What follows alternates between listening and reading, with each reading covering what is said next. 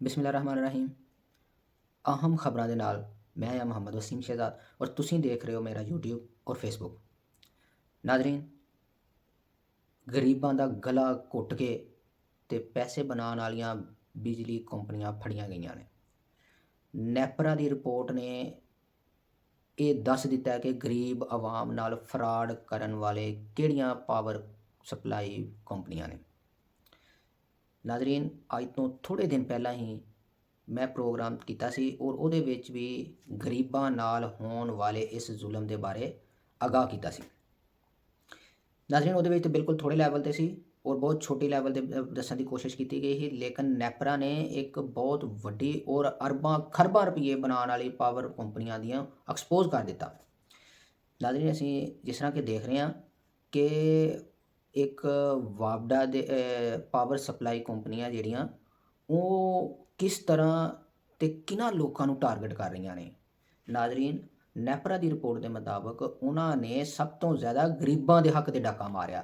ਜਿਹੜੇ ਗਰੀਬ 100 ਯੂਨਿਟ ਤੋਂ ਲੈ ਕੇ 200 ਯੂਨਿਟ ਤੱਕ ਇਸਤੇਮਾਲ ਕਰਦੇ ਆ, ਉਹਨਾਂ ਨੂੰ ਓਵਰ ਬਿਲਿੰਗ ਦੀ ਹੱਦ ਕਰ ਦਿੱਤੀ, ਬਹੁਤ ਜ਼ਿਆਦਾ ਓਵਰ ਬਿਲਿੰਗ ਉਹਨਾਂ ਨੂੰ ਪਾਉਣਾ ਸ਼ੁਰੂ ਕਰ ਦਿੱਤੀ ਔਰ ਇਸ ਤਰੀਕੇ ਨਾਲ ਵਾਰਦਾਤ ਕੀਤੀ ਕਿ ਉਹਨਾਂ ਨੂੰ ਪਤਾ ਵੀ ਨਹੀਂ ਚੱਲਿਆ। ਉਹਨਾਂ ਦੇ ਇਸ ਤਰ੍ਹਾਂ ਜਿਸ ਤਰ੍ਹਾਂ ਉਹਨਾਂ ਦੇ ਗਲੇ ਦੇ ਉੱਤੇ ਨਾਖਣ ਰੱਖ ਕੇ ਉਹਨਾਂ ਕੋਲੋਂ ਪੈਸੇ ਲੈ ਰਹੇ ਔਰ ਇਸ ਚੀਜ਼ ਨੂੰ ਜਿਹੜੀ ਨੈਪਰਾ ਹੈ ਉਹਨੇ ਹੀ ਇਸ ਚੀਜ਼ ਨੂੰ ਆਵਾਮ ਦੇ ਸਾਹਮਣੇ ਲੈ ਆਂਦਾ ਤੇ ਲੋਕਾਂ ਨੂੰ ਦੱਸਿਆ ਕਿ ਤੁਹਾਡੇ ਕੋਲੋਂ ਕਿਹੜੀਆਂ ਪਾਵਰ ਕੰਪਨੀਆਂ ਜਨਾਬ ਕਿਸ ਤਰ੍ਹਾਂ ਪੈਸਾ ਲੈ ਰਹੀਆਂ ਨੇ।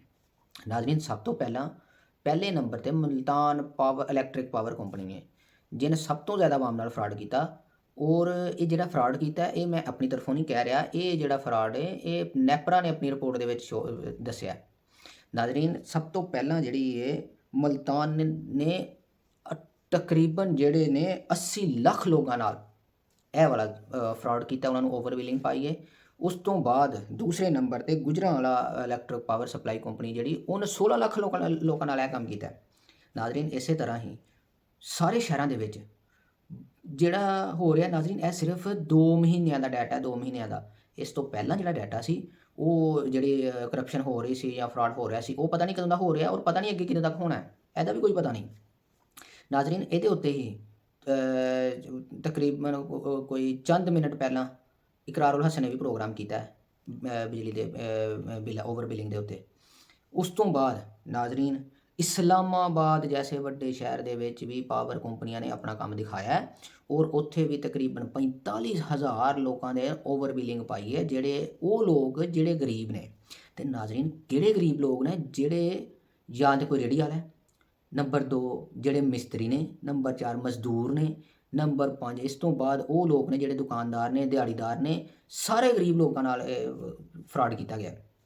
ਕਿਆ ਨਾਜ਼ਰੀਨ, ਮੇਰੇ ਕੁਝ ਸਵਾਲ ਨੇ, ਕਿਆ ਉਹਨਾਂ ਦੀ ਕੋਈ ਦਾਦਰਸੀ ਕੀਤੀ ਜਾਏਗੀ ਜਾਂ ਹਕੂਮਤ ਵਕਤ ਉਹਦੇ 'ਤੇ ਨੋਟਿਸ ਲੈ ਕੇ ਔਰ ਉਹਨਾਂ ਨੇ ਕੁਛ ਅਗਰ ਨਹੀਂ ਦੇ ਸਕਦੇ ਤਾਂ ਉਹਨਾਂ ਦੇ ਯੂਨਿਟਾਂ ਦੇ ਜਿਹੜੇ ਪੈਸੇ ਲੈ ਦੇਣਾ, ਕਾਸ਼ ਉਹਨਾਂ ਨੂੰ ਕੋਈ ਉਹੀ ਵਾਪਸ ਦੇ ਦੇਣਗੇ।